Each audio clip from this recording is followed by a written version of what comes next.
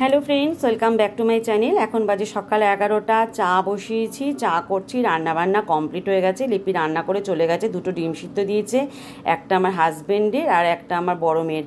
আর ছোটো মেয়ে ডিম সেদ্ধ খায় না, আর সেদ্ধ ভাত করে রেখেছি, ভেবেছি প্রীতিকে সকালবেলা সেদ্ধ ভাত খাওয়াবো, কিন্তু পরেও খায়নি, তো সেটা গল্পটা তোমাদের করবো। এখানে ধোকা রান্না হয়েছে, ডাল রান্না হয়েছে, আলুর তরকারি, মানে গতকালকে একটু আলুর তরকারি রয়ে গেছে, একটা চিংড়ি মাছ রয়েছে, ভাত হয়েছে, ব্যাস এই রান্না হয়েছে। আর এখন বসাইছি চা খেতে ইচ্ছা করছে খুব, চা খাবো তিনজনে মিলে, আমি, আমার হাজব্যান্ড আর দিদি।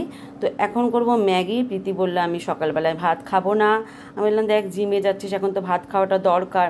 বলছে না, আমি ম্যাগি খাবো, সেদ্ধ ভাতটা দুপুরের দিকে খাবো। ঠিক আছে, তো ওর আজ্ঞা পালন করে আমি এখন ম্যাগি করতে এসেছি, কিন্তু ম্যাগি কোন কৌটো থাকে আমি খুঁজেই পাচ্ছি না, এত এত কৌটো যে ম্যাগি কোন কৌটো থেকে খুঁজেই পাচ্ছিলাম না। তারপর যা হোক শেষ পর্যন্ত ম্যাগি কৌটো পাওয়া গেল। তো এখন ম্যাগি করে দেবো। আর এই একটা বাটি, ফেমাস বাটি, যে বাটিটা আমার ইউটিউবের বন্ধুরা যারা যেটা দেখে তারা মোটামুটি এই বাটিটাকে চেনে, এটাতে আমি চা করি, তো এটাতে ম্যাগিও করে দিই। দুই বোনের একসঙ্গে ম্যাগি করতে হলে এটাতে করি না, একার জন্য যদি কারো ম্যাগি করতে হয় তাহলে এই বাটিটাতেই করে ফেলি ম্যাগিটা। তো তারা মোটামুটি ইউটিউবের বন্ধুরা এই বাটিটা চিনে গেছে। তো চলো ম্যাগি করে দিই। পাস্তা প্রচুর রয়েছে, পাস্তা কেউ খেতে চায় না, পাস্তাগুলো গতি করতে হবে, বুঝলে বন্ধুরা। তো এই দেখো এখন বাজে দুপুর 3:30 মতো। প্রীতি যাবে ফাংশানে, বললে সেদ্ধ ভাত খাবে, তো বেলা করে ম্যাগি খেয়েছে, তো আর খিদে ছিল না। তারপর টুকিটাকি এটা ওটা খেয়েছে, তো সেদ্ধ ভাতটাকে একটু গরম করে নিয়েছি। আর প্রাপ্তি যেহেতু ডিম সেদ্ধ খায় না, প্রাপ্তি ডিমের অমলেট ভালোবাসে, তো কেউ অমলেটই করে দিয়েছিলাম। ও ডিম খেতে চায় না, মাংস খেতে চায় না। এখানে আর দেখো ছোলা বাদাম ভিজিয়ে রেখেছি, জিমে যাবো তো এসে না খুব খিদে পেয়ে যাওয়ার সময় কিছু খেয়ে যেতে বলেছে ওরা, ডালিয়া নয় ছোলা বাদাম ভেজানো, এগুলো খেয়ে যেতে বলেছে। তো যাই হোক, প্রীতি ওইদিকে ফাংশানে যাওয়ার জন্য, কলেজের ফাংশানে যাওয়ার জন্য রেডি হচ্ছে, আর আমি চলে এসেছি ঘর গুছাতে। এই ডাইনিং স্পেসটা আমার যাবজ্জম হয়ে থাকে, জানো না, একদম মানে এত জামা কাপড় না আমার ঘরে, তাও জামা কাপড়ে অভাব, বিশেষ করে আমার দুই মেয়ের, মানে জামা কাপড় থেকে থেকে কিনি। একটা নেশা, মেয়েদের একটা নেশা জামা কাপড় শাড়ি কেনা। আর এখন তো বিশেষ করে আমি রেগুলার মানে পাল্টে পাল্টে শাড়ি জামা কাপড় পরি, কেননা রিলস বানাই, লাগে ফেসবুকের জন্য। এই দেখো প্রীতি রেডি হয়ে গেছে। প্রীতিকে কেমন লাগছে বলো এই জামাটা পরে?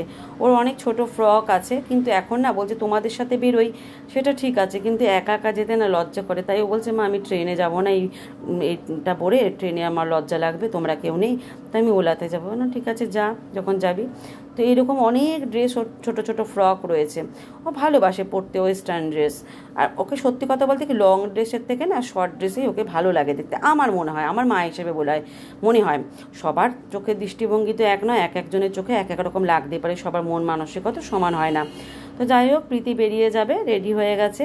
তো এখন সন্ধেবেলায় আম ভিজিয়ে রাখছি, আম এনেছে, পায়েস রয়েছে অনেকখানি, আগের দিন পায়েস করেছিলাম, তোমরা যারা ভিডিও দেখেছো তারা জানো।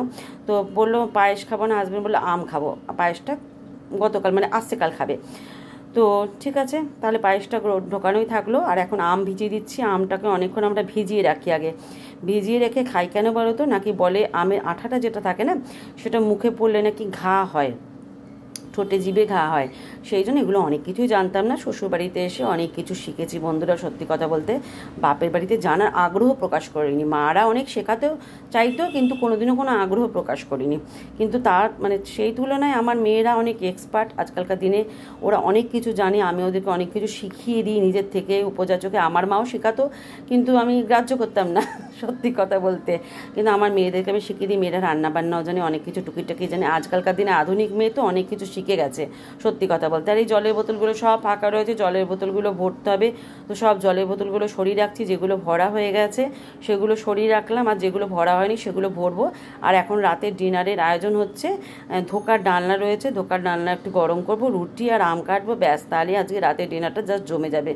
এই থালা বাটিগুলো এখন ঢুকিয়ে রাখছি, কেননা এই থালা বাটিগুলো এখানে থাকলে সকালে এসে যখন বাসন মাজবে দিদি, তখন থালা বাটি রাখার জায়গা পাবে না, তখন হয়ে যাবে মুশকিল। তো চলো এগুলো গুছিয়ে নিই চটপট করে, কেমন? তো বন্ধুরা সবাই শুয়ে পড়েছে ঘরে, আমি একা জেগে আছি, রাত জাগা পাখি। এখন শুতে যাব। এখন কটা বাজে জানো? এখন 1:45 বাজে। এতক্ষণ ধরে এডিটিংয়ের কাজ করলাম, তারপর ব্লগটা শেষ করার কথা, আমার মনে পড়লো যে ব্লগটা তো আমার শেষ হয়নি, তো ব্লগটা তো এন্ড করতে হবে। তো যাই হোক, আজকে জিমে গিয়ে না খুব কষ্ট হয়েছে, মানে নতুন ধরনের অনেক কিছু করেছি, তো বেশ হাত পাগুলো বেশ ব্যথা করছে আজকে। যাই হোক, করতে করতে অভ্যাস হয়ে যাবে আস্তে আস্তে সব কিছুই। একটু আস্তে কথা বলছি, 1:45 বাজে, বুঝতেই পারছো। সবাই শুয়ে পড়েছে। আমার হাজব্যান্ড যদি উঠে পড়ে তাহলে বলবে এত রাত জাগো, সকালে উঠতে পারো না, এই জন্য তুমি, এটাই বলবে। এর থেকে বেশি কিছু বলবে না। রাত জাগো, পরে শরীর খারাপ হবে, তখন আমাকে বলো এসে। তো কাকে বলবো বলো? হাজব্যান্ডকে মনের দুঃখে কথা বলবো না তো কাকে বলবো?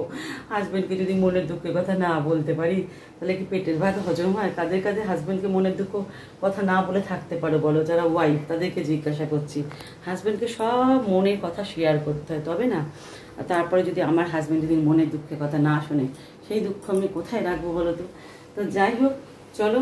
জানি না কোনো কীরকম যোগ করলাম, তোমাদের কোনো হাসি পেলো কিনা আমি জানি না, কিন্তু আমি আমার মতো, এটা কি করছি আমি আমার মতো জোকস করে দিলাম একটা। তো চলো, আজকের মতো গুড নাইট। তোমাদের যদি ব্লগটা কিছু ভালো লাগে তাহলে অবশ্যই একটা করে লাইক দিও। আর যারা ফেসবুক পেজ থেকে দেখছো বা ফেসবুক প্রোফাইল থেকে দেখছো তারা প্লিজ চ্যানেলটাকে ফলো করে দিও। তোমাদের একটা ফলোতে আমার কি বলে খুব ভালো লাগে, আনন্দ লাগে, বারবারই বলি। আর যারা ইউটিউব থেকে দেখছো তারা কিন্তু সাবস্ক্রাইব করতে ভুলো না আমার ইউটিউব বন্ধুরা। তো চলো, আজকের মতো গুড নাইট, শুভরাত্রি, সবাই ভালো থেকো, সুস্থ থেকো, টাটা।